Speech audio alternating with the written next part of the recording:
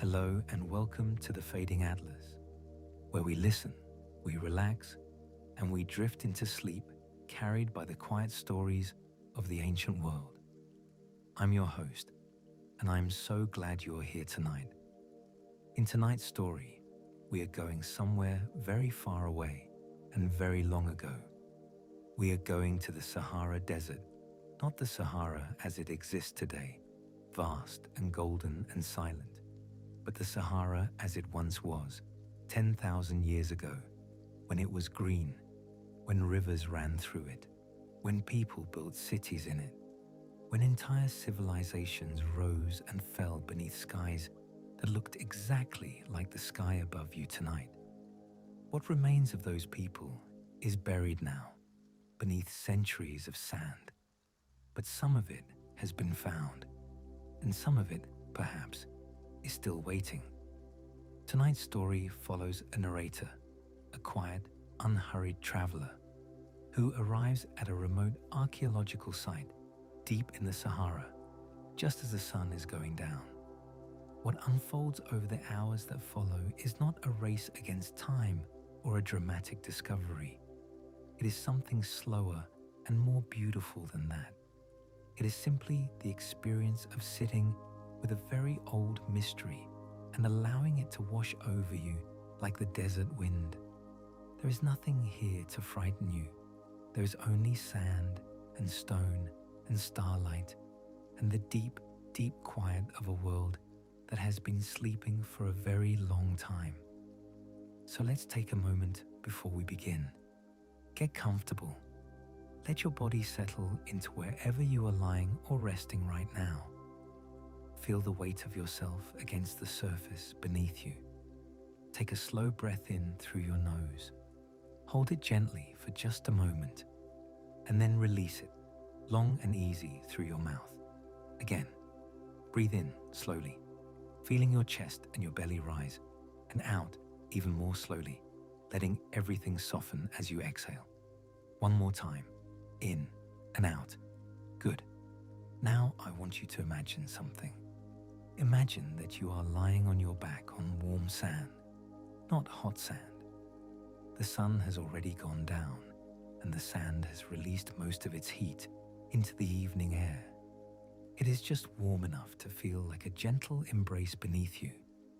The grains are fine and smooth, and they conform perfectly to the shape of your body, supporting every part of you.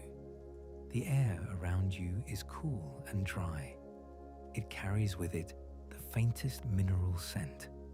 Something ancient, something clean. There is almost no wind, just the occasional whisper of a breeze that moves across your face like a soft breath. Above you is the sky, and what a sky it is. Out here, far from any city, far from any light. The stars are not the pale scattered points you might be used to seeing. They are overwhelming in their abundance.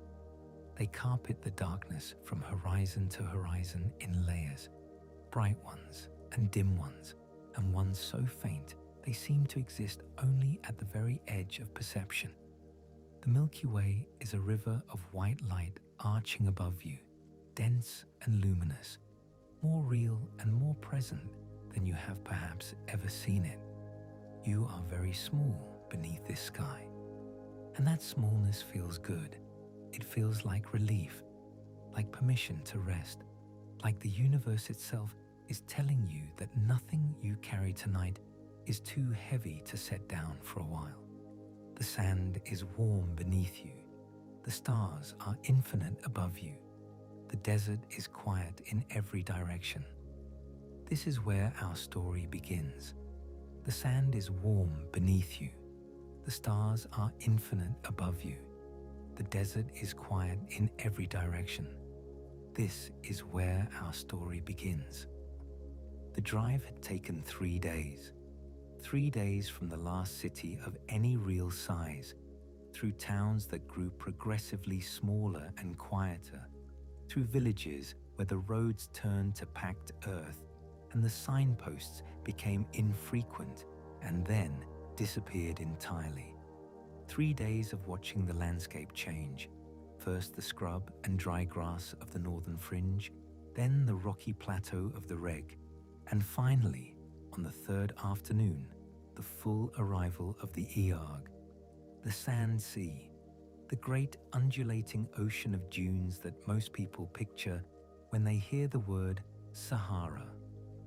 The vehicle had been a white Land Cruiser, old and well maintained, driven by a man named Yusuf, who had been crossing this desert for 30 years and who spoke very little but communicated a great deal through his unhurried manner and his evident comfort in this landscape.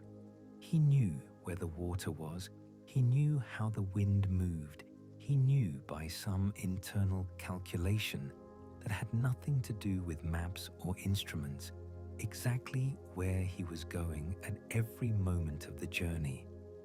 I had been grateful for his silence. It gave me time to look. There is something that happens to a person when they enter the deep desert for the first time, something that is difficult to describe to anyone who has not experienced it. It is not fear exactly, though there is an edge of it. The desert makes it very clear, very quickly, that it does not require your presence and would not mourn your absence. But beneath that edge, there is something else, something closer to recognition, as if some part of you, buried deep, remembers this place, remembers the quality of the light and the scale of the silence and the particular way that emptiness, when it is vast enough, stops feeling like absence and starts feeling like presence. We arrived at the site just as the sun was beginning to lower itself toward the western horizon. The site itself was not impressive to look at, not at first. A cluster of canvas tents in 2 shades of sand-colored beige, arranged in a loose semicircle around a central area of equipment and supply crates. A generator that was not currently running. A folding table with a shortwave radio on it. Several long trenches dug into the earth at precise intervals, their edges neat and careful, each one partially covered with a tarpaulin to keep the blown sand out overnight. And beyond the tents, beginning perhaps 50 meters from the edge of camp, the dunes, great smooth rolling hills of sand, orange in the late afternoon light, curving against the sky with a perfection that seemed almost architectural. A woman came out of one of the larger tents as the Land Cruiser stopped. She was perhaps 60 years old, with deeply tanned skin and silver hair, cut short and practical. She wore a long-sleeved linen shirt despite the heat, and her boots were the kind that had seen considerable use. She had the unhurried bearing of someone who has spent a great deal of time in places where hurrying accomplishes nothing.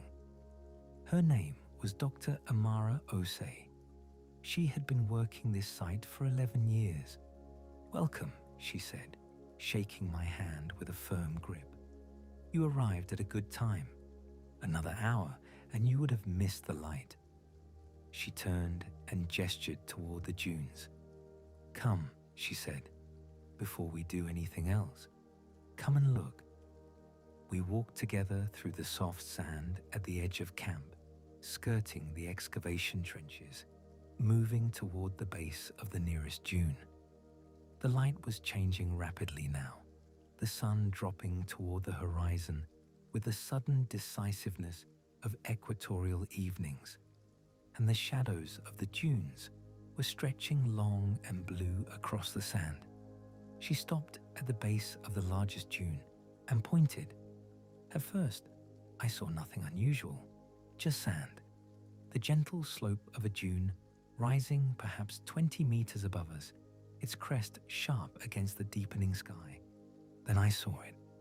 Emerging from the base of the dune, half buried but unmistakable, was a wall, stone, cut stone, fitted together without mortar in the dry stone technique I recognized from photographs of similar structures elsewhere. The exposed section was perhaps 2 meters long and 1 meter tall, angling slightly as it disappeared beneath the sand in both directions. The stone itself was a warm, reddish-brown sandstone, different in color from the pale yellow of the surrounding desert, which meant it had been quarried from somewhere else and brought here deliberately. Someone had built this. Someone had carried stone across the desert and fitted it together with care and intention. And then the desert had covered it, and they had gone, and for thousands of years, nobody had known it was here. How long? I asked, keeping my voice quiet without quite knowing why. She considered the question.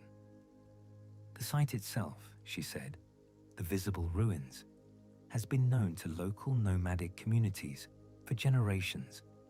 They called it by a name that translates roughly as the old bones of the sand. But systematic excavation began only 11 years ago, when satellite imaging revealed the true extent of what is buried here. She paused.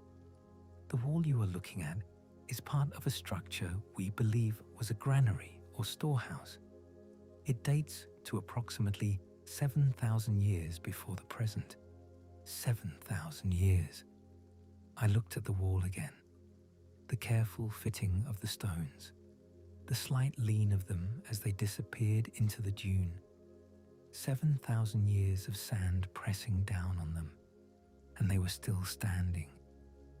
The oldest part of the site, she continued, may be significantly older than that, perhaps 10,000 years, perhaps more. We are still working to understand the full timeline. 10,000 years ago, I said. She nodded. The Sahara was green, she said simply, and people lived here, a great many people by the evidence we have found, and they built a city.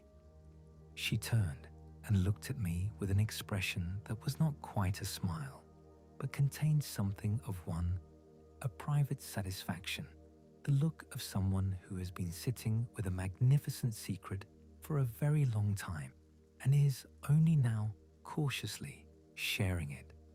Come, she said again, I will show you where to sleep tonight, and in the morning we will go in. That night I lay in my tent and listened to the desert. The generator stayed off. There was no need for it until the equipment was running, and Dr. Osei preferred the quiet. The camp settled into a stillness that was unlike any silence I had experienced before. Not the silence of a room or a building, where you are always aware of the structure around you and the sounds beyond its walls. This was the silence of genuinely open space, the silence of a place where there is nothing between you and the horizon in any direction for hundreds of kilometers. It was not, however, completely without sound. There was the tent fabric shifting slightly in the occasional breath of wind. There was the settling of sand, a sound so subtle it was more felt than heard, as the cooled night air caused the dunes to exhale almost imperceptibly. There was, once, the distant call of something, a desert fox perhaps, or some nocturnal bird, a single brief note that dissolved immediately into the silence that swallowed it. And there were the stars. The tent had a mesh panel in its roof, and through it I could see them. The same stars I had imagined before the story began, dense and overwhelming and ancient.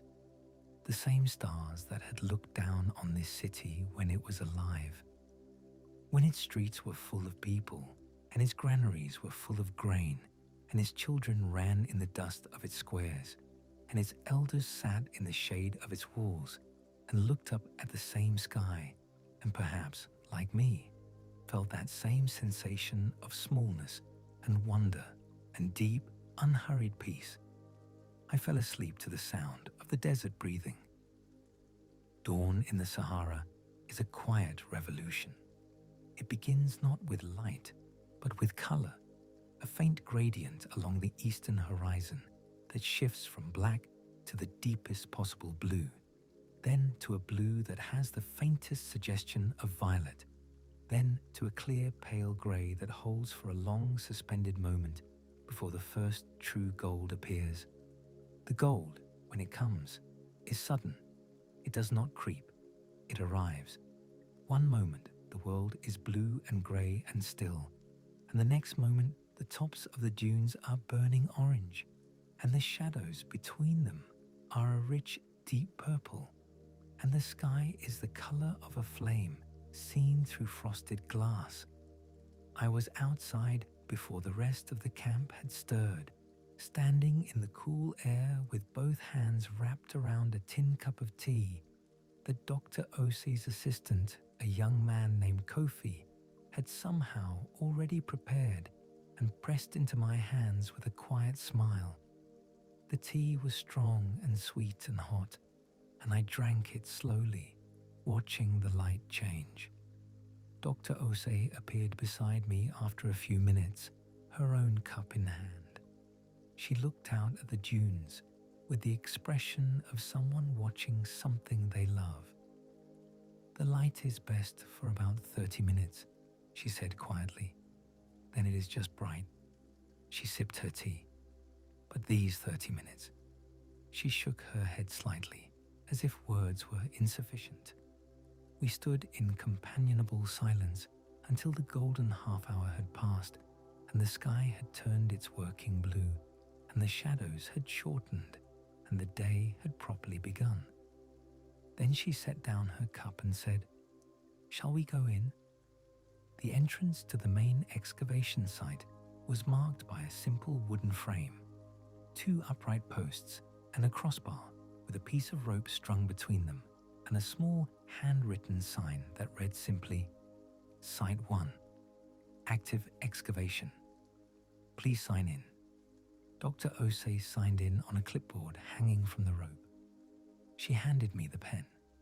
I signed in below her. We ducked under the rope and walked down a gently sloping ramp into the first excavation trench. The trench was perhaps 3 meters wide and ran for a considerable distance, I estimated 40 or 50 meters, in a straight line that followed, I understood, the alignment of an ancient street. The walls of the trench on either side were the compressed sand of the desert, reinforced in places with wooden boards to prevent collapse, and studded throughout with artifacts that had been left in place pending documentation. Fragments of pottery, pieces of worked stone, what appeared to be a section of woven matting preserved in a remarkable state of desiccation by the extreme dryness of the desert air.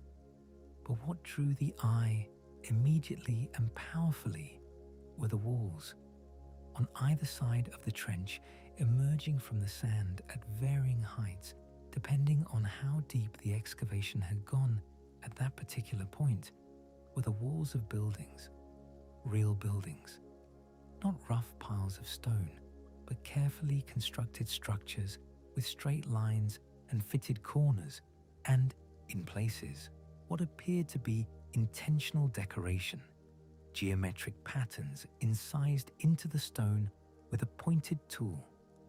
I stopped walking and looked at them. There was a long moment in which I was not thinking anything in particular.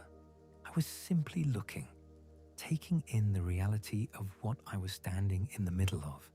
A street, an actual street, in an actual city that had been buried under the Sahara Desert for 7,000 years. People had walked here, right here, in the space I was now occupying. They had walked this street on ordinary days for ordinary reasons, going to the market, visiting a neighbor, carrying water from the well, taking a child to wherever children went in this city, whose name we did not know and whose language we could not speak, and whose faces we would never see. They had been real people, as real as I was. They had been hungry and tired and happy and worried. They had loved people and lost people. They had looked up at the stars at night, the same stars I had looked at the night before, and had their own thoughts about what lay beyond them. And then they had gone, and the sand had come, and for 7,000 years the city had slept. I realized my eyes were wet. Dr. Osei, standing a few steps ahead of me, turned and looked back. She did not seem surprised by my reaction. She had seen it before, in colleagues, in visiting researchers, in the occasional journalist or documentary filmmaker who was allowed access to the site. She seemed to understand that there was no adequate preparation for this moment, and that the appropriate response to it was simply to allow it. She waited. After a moment, I wiped my eyes and nodded, and we walked on. The further we went along the excavation trench, the more the city revealed itself. Dr. Osei narrated as we walked, her voice low and even, with the measured cadence of someone who has explained these things many times, but has not lost her feeling for them. The street we were following, she explained, was one of the primary thoroughfares of the city. It ran roughly north to south, oriented, they believed, to align with the prevailing wind so that the city's design would make use of natural ventilation in the heat of the day. This was not an accident or a coincidence. It was engineering. It was planning. It was the work of people who understood their environment deeply and had thought carefully about how to live well within it. On either side of the street, the buildings varied in size and apparent purpose. Some were clearly residential, small, with a single main room and what appeared to be a sleeping area, partially separated from the main space by a low internal wall. Others were larger, with multiple rooms and wider doorways. And then we reached an area where the trench widened considerably. Here, the excavation had opened up into a broader space, perhaps 20 meters across, and the ruins on either side were more complex and more densely packed. There were what appeared to be stalls or booths arranged in rows, their stone bases still intact, each one approximately the size of a large table. Between them, narrow pathways had been paved with flat stones set carefully into the ground. "This," said Dr. Osei, "is the market." I stood in the middle of it and tried to imagine it alive. The booths full of goods, grain perhaps, and dried meat and leather and pottery and whatever else this civilization produced and traded. The narrow pathways full of people moving between them. The sound of negotiation and conversation and children and animals. The smell of dust and food and bodies and animals and the mineral dry scent of the desert underneath all of it. "What did they trade?" I asked. She smiled. "A great deal," she said. "They were not an isolated community. The evidence suggests they were part of a network, a trade network that spanned, perhaps, thousands of kilometers. We have found materials here that could only have come from the Mediterranean coast, shells that could only have come from the Red Sea, obsidian that originated in what is now Ethiopia." She paused to let that settle. "These people knew the world," she said. "They traveled, they traded, they had relationships with other peoples in other places. They were not primitive, they were not simple, they were sophisticated, connected, curious people living in a city they had built with considerable skill in the middle of what was then a green and fertile landscape." I looked at the empty stone bases of the market stalls, at the careful flat paving stones between them, at the walls of the buildings beyond, with their incised geometric patterns. What happened to them? I asked. Why did they leave? She turned and looked out toward the dunes that rose above the edge of the excavation on all sides. The Sahara, she said simply. It dried out. It happened slowly, over centuries.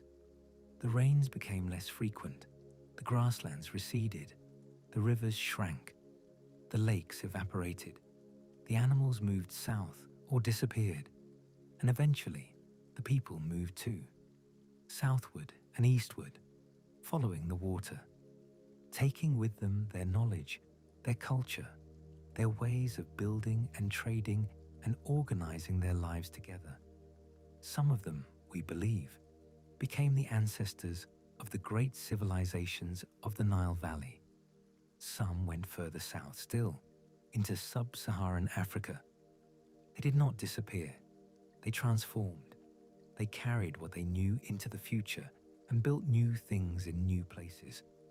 But this city, I said. She nodded. This city they left behind. And the sand came and covered it and kept it. She looked at the market stalls with an expression of quiet tenderness.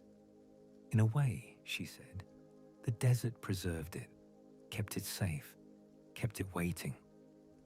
Beyond the market, the street continued, and the buildings grew larger. The largest structure in the excavated portion of the city was what Dr. Osei and her team had provisionally designated as a temple, though she was careful to qualify that interpretation. We do not know with certainty that it was a place of worship, she said, as we approached it. It may have been a civic building, a place of government or administration. It may have been both. In many ancient cultures, these functions were not separated as we separate them now. The sacred and the practical occupied the same space. Whatever its function, the building was impressive. Its entrance was flanked by two large stone pillars, still standing after 7,000 years, rising to a height of perhaps 4 meters before their tops disappeared into the unexcavated sand above. The pillars were carved with the same geometric patterns I had seen on the smaller buildings, but here more elaborate and more varied.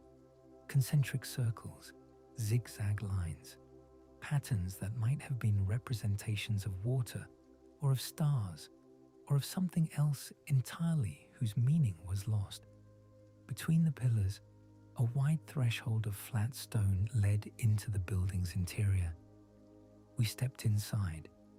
The interior was cool and dim, sheltered from the morning sun by the unexcavated sand that still covered the upper portions of the walls and formed, in effect, a partial roof of compressed earth above the open space. The floor was paved with the same flat stones as the market pathways outside, but here they had been laid in a deliberate pattern, concentric rectangles radiating outward from a central point, precise and careful and clearly intentional. At the far end of the room was a raised platform, perhaps half a meter above the floor level, with 3 shallow steps leading up to it. The platform itself was empty. Whatever had stood on it, if anything, had been removed or had not survived. But on the wall behind the platform, barely visible in the dim light, was something extraordinary. A painting. I moved closer, stepping carefully on the ancient paved floor, and looked at it. The painting covered most of the back wall, from floor level to as high as I could see. Perhaps 3 meters of height, perhaps more above. It had been executed in ochre and white and a deep carbon black, and despite the millennia, it had survived with a clarity that seemed impossible. It showed the sky, stars, hundreds of them, rendered as simple dots and circles in white and ochre on the black background. Among them, lines connecting groups of stars into shapes that I did not immediately recognize, but that clearly represented constellations, their way of reading the sky, their map of the night. And in the center of the painting, larger than anything else, a circle, perfect and precise, painted in the deepest ochre, almost red, with radiating lines extending from it in all directions. The sun, I said. Or the moon, said Dr. Osei. Or both. Or neither. Something more abstract. An idea of light, perhaps. Of the source of things. She stood beside me, and we both looked at it in silence for a moment. Someone had stood in this room, I thought, perhaps 7,000 years ago, and had looked at this painting, had stood where I was standing, and had looked up at this image of the sky, had felt, perhaps, something not entirely unlike what I was feeling now, that particular quality of awe that arises when you contemplate something larger than yourself, the same sky, the same stars, the same human impulse to look up and wonder. The distance between us, across all those thousands of years, felt suddenly very small. We spent the rest of the morning moving slowly through the residential areas of the city. Here the scale was more intimate. The large public buildings, the market, the temple, the wide main street had a grandeur to them that was impressive, but also slightly impersonal. The houses were different. The houses were where the people had actually lived, and their dimensions and details carried a different kind of weight. The rooms were small by modern standards. A typical house appeared to consist of 2 or 3 rooms, a main living and cooking space, a sleeping area, and sometimes a third room whose purpose was unclear, perhaps a storage space or a workspace. The walls were of the same fitted stone as everywhere else in the city, but in the houses they had, in several cases, been plastered with a smooth clay coating that had preserved traces of color, ochre again, and a soft reddish brown, and in one remarkable instance, a clear, deliberate stripe of deep blue that ran around the upper portion of a room's walls like a decorative band. Blue, I noted, in the deep Sahara. Someone had wanted their walls to be blue. Dr. Osei noticed my interest. We believe the blue pigment may have come from a mineral source several hundred kilometers to the north, she said, which means someone either traveled to get it or it arrived through trade. Either way, it was not a casual choice. It was a deliberate decision to bring something beautiful into this house. I stood in the middle of the small room and looked at the faded stripe of blue. Imagine the person who had wanted it, who had thought, I want my home to have something of the sky in it. In one of the houses we found, still in place, a set of grinding stones. The upper and lower millstones used to grind grain into flour. They were positioned exactly where they must have been when the house was abandoned, the upper stone sitting slightly askew on the lower one, as if set down in the middle of a task and never picked up again.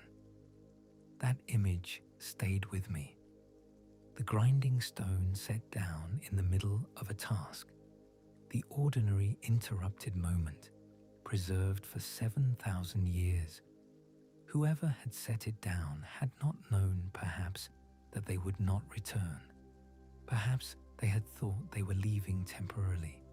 Perhaps the abandonment of the city had been gradual, a slow drift southward as the rains became less reliable and the grasslands thinned and the practical logic of staying in a drying landscape became harder and harder to maintain.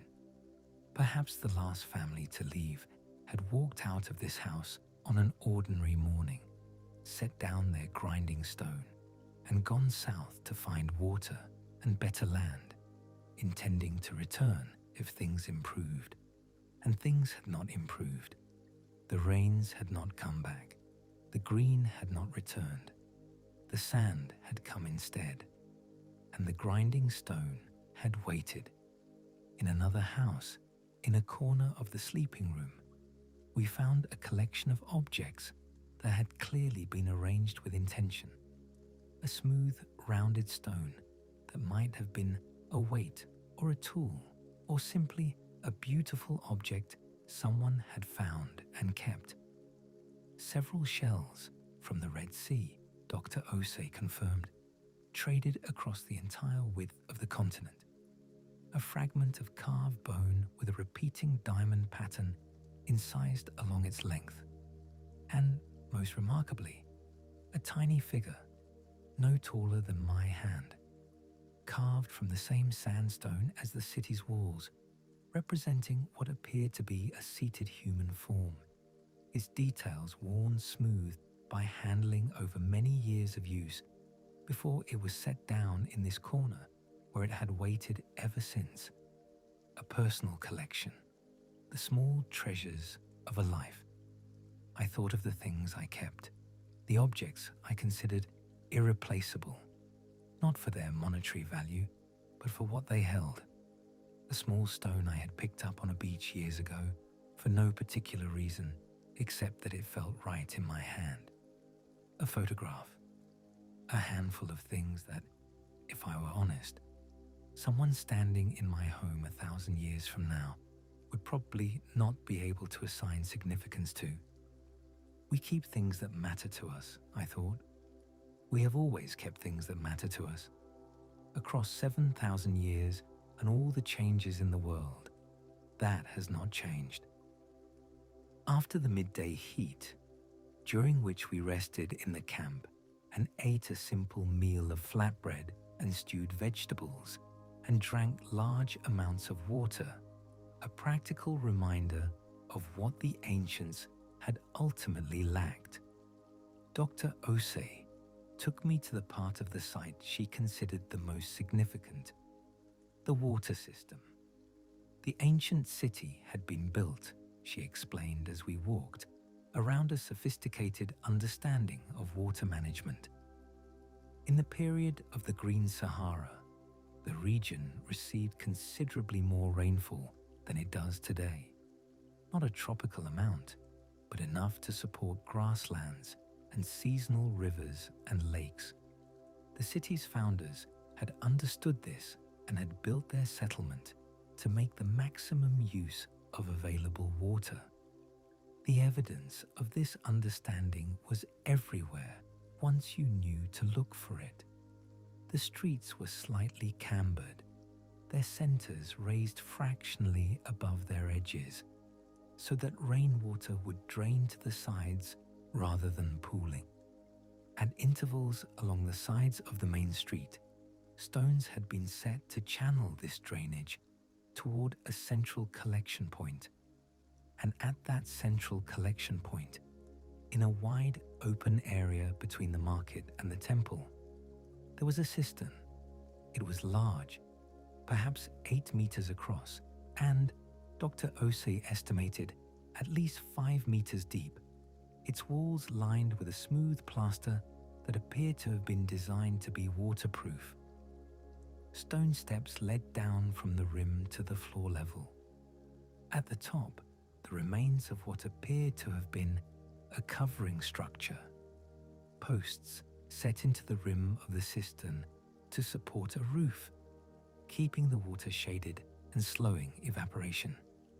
I sat on the edge of the cistern and looked down into it.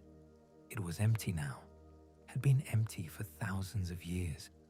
The plaster on its walls had cracked and in places fallen away, revealing the stone beneath. A thin layer of the fine pale sand that found its way into everything had settled on its floor, but the structure was still sound. The engineering was still evident. Someone had thought carefully about this, about how to collect and store water in a landscape that might not always provide it reliably. They had understood, with a clarity that seemed almost prescient, that water was the foundation of everything. They had built accordingly.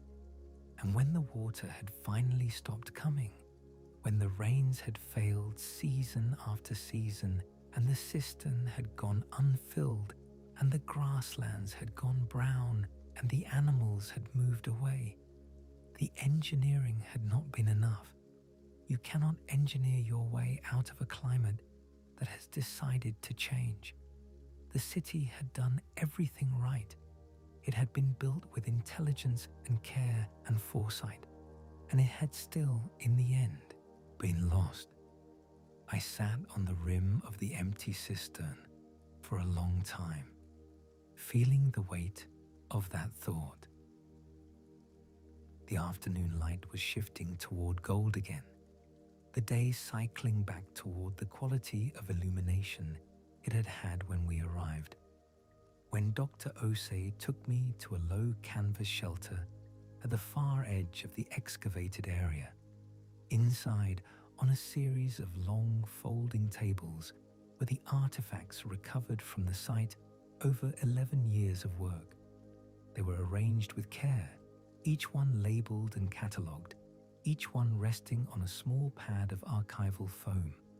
Pottery fragments in dozens of shapes and sizes, stone tools, blades and scrapers and grinders and points, pieces of worked bone, fragments of woven material, beads of stone and shell, and, in several cases, glass.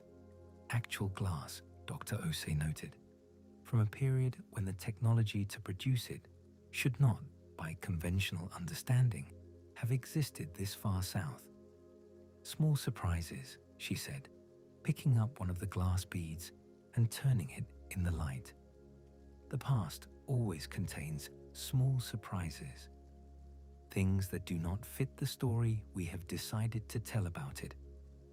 They are not mysteries exactly. There are explanations for most of them, but they are reminders that the people who lived then were not less clever or less capable than we are. They were solving problems we have not had to solve. They were discovering things we have since forgotten and rediscovered.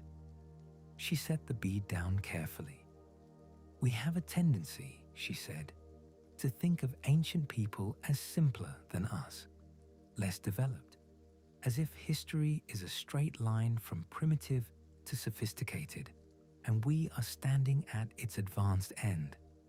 But the evidence does not support that story.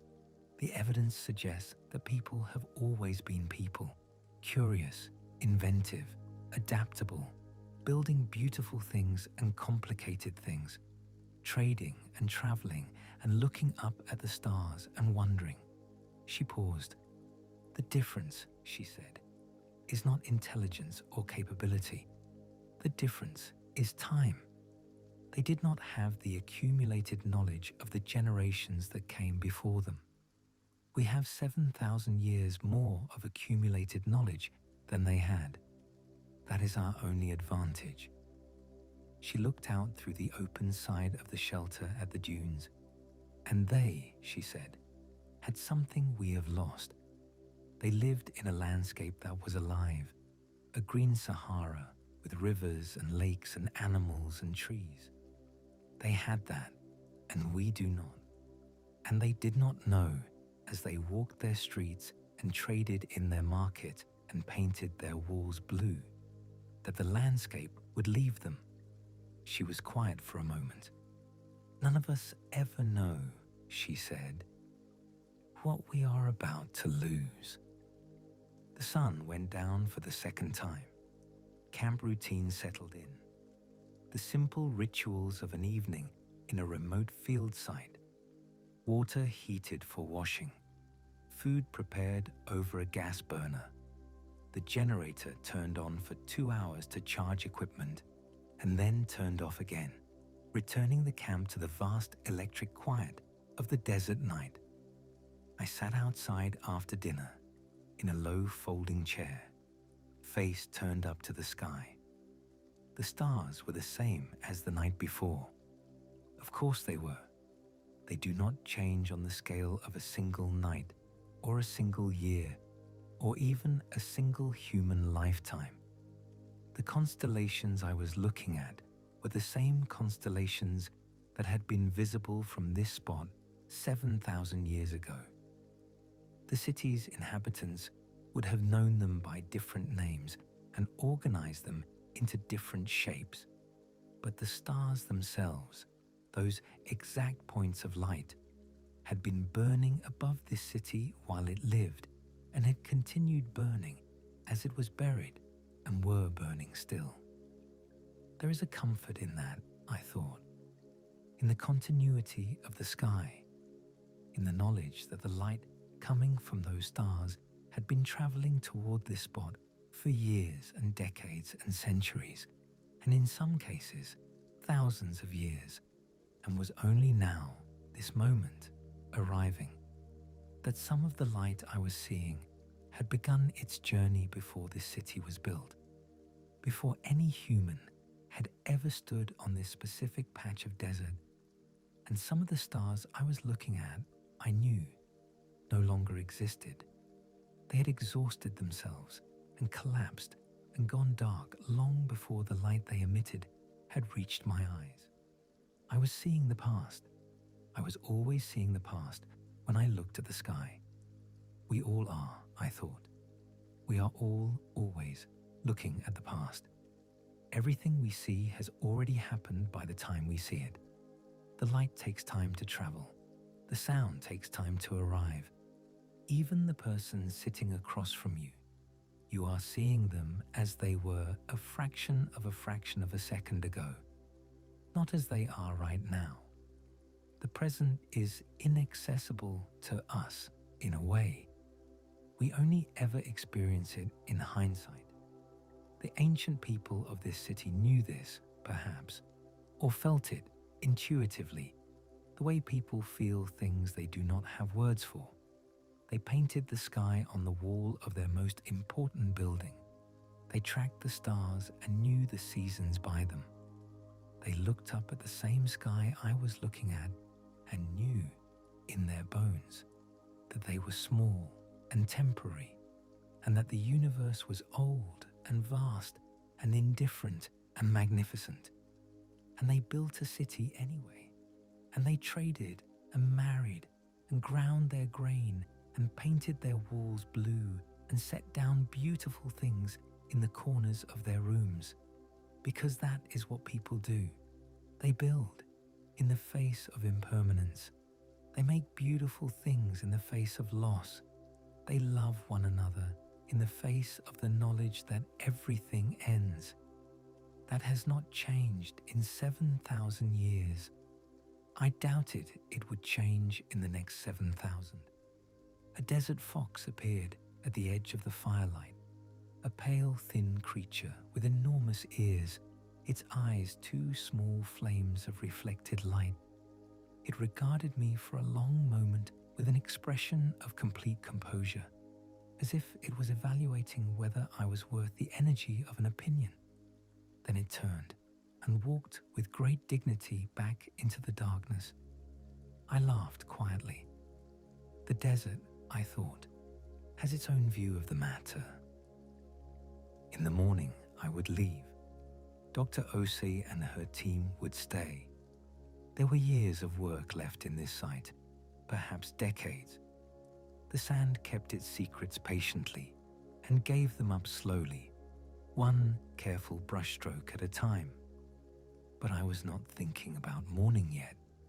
I was thinking about the city, about the street and the market stalls and the cistern and the blue stripe on the wall of the small house and the grinding stone set down in the middle of a task, about the painting of the sky in the temple and the figure carved from sandstone and worn smooth by generations of handling, and the glass bead that should not have been there but was, about the people who had lived here, whose names we would never know, whose language we could not reconstruct, whose faces had not been preserved in any image, who were gone so completely that all that remained of them was stone and pottery and the impressions their tools had made in the earth. And yet, they had been here, undeniably and completely here. They had stood on this same ground and looked at this same sky and breathed this same air, different then, cooler, more humid, carrying the smell of grass and water instead of sand and mineral dust. But the same air, cycling through the same atmosphere that now encircled the globe. They were gone, and the city was buried, and the desert had come. But something remained, something that could not be excavated or catalogued or put on a table in an archive shelter, something that persisted in the stone walls and the painted ceilings and the careful geometry of the cistern's construction, something that I had felt in the street that morning when I had stood still and looked at the walls and understood in my body rather than in my mind that people had walked here. They had been here, and that was enough. That was perhaps all any of us could hope for. To have been here, to have stood on some specific piece of ground and looked at the sky and built something and loved someone and felt the weight of the world under our feet, to have left some small impression in the earth, a grinding stone, a blue wall, a figure worn smooth, to have been briefly and completely alive. The desert was breathing. I could feel it. The slight exhalation of warm air rising from the sand as it released the last of the day's heat, the corresponding inhalation of the cool night air moving in across the dunes from the north, an exchange so slow and gentle it was more sensation than sound. The stars were very bright. The city slept beneath the sand as it had slept for 7,000 years, patient and quiet and full of its beautiful ordinary secrets. And I was sitting in a folding chair in the Sahara desert in the middle of the night, feeling entirely at peace. There was nowhere else to be, nothing else to do, no question that required an answer tonight, and no problem that required a solution. Just the sand and the stars and the slow breath of the desert and the knowledge that somewhere beneath my feet a city was waiting, not urgently, not impatiently, but with the deep, untroubled stillness of something that has already survived everything. I closed my eyes. The desert breathed in. The desert breathed out. Somewhere in the darkness, the fox was walking, and the stars burned on, as they always had, traveling their long, patient distances toward eyes that might or might not be there to receive them. It was enough. It was more than enough. Good night.